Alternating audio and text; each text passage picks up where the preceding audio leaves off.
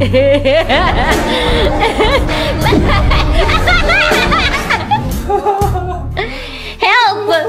Help!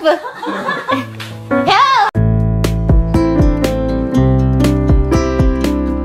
May kwelang content si Cristel Fulgar na ibinandera sa kanyang YouTube account kamakailan lang. Ito, yung vlog niyang nag-honeymoon sila ng Korean husband na si Ha Soo-hyuk sa bansang Italy.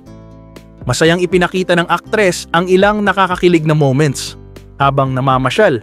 Pero ang naging agaw pansin ay yung gabi ng kanilang honeymoon na kung saan ay nagtago muna sa CR si Cristel.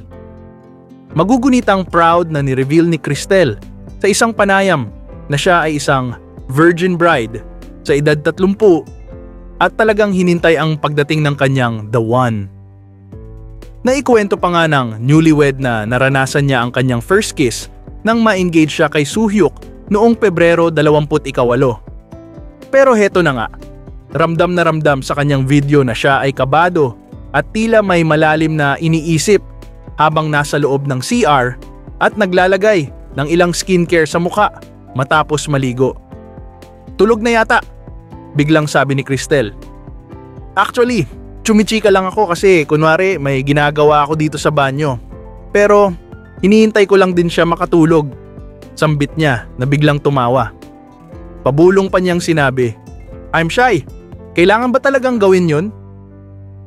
Kasunod niyan ay nagkaroon ng filter ang mukha ni Cristel na tila malungkot at may luha.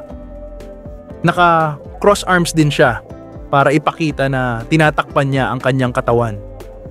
Nagmahalan naman kami na walang ganun dati. Bakit ngayon parang kailangan na? Tinatanong pa ako ng nanay ko, okay na ba?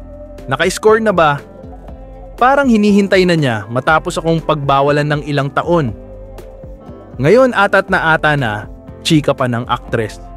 Sana masave ako ng guardian angels ko. Charis! Pabiro pa niyang sabi. Itinuloy ni Cristel ang kanyang skin ritual kung saan ay naglagay naman siya ng lotion sa katawan. Pero nang mabasa niya ang nakalagay sa lotion, hala, come closer ang ginamit ko. Mapapa-come closer sa akin lalo. Hala biye! Kaya natin to. Paano tayo bubuo ng pamilya kung hindi natin gagawin ito? Saad pa niya. Hindi naman nagtagal ay lumabas din ng CR si Cristel at dahan-dahang sumilip sa pinto. Doon niya nakitang mahimbing na ang tulog ng asawa kaya dahan-dahan siyang lumapit upang makahiga na rin. Hindi nagising ang kanyang mister kaya ang natutuwang pabulong na sabi niya, "Ligtas ako sa gabing to." Maaalalang ikinasal si Cristel at Soo-hyuk noong May 10 na ginanap sa Seoul, South Korea. Kung matatandaan naman noong Pebrero noong nakaraang taon, ipinakilala ni Cristel si Soo-hyuk sa publiko bilang kanyang manliligaw.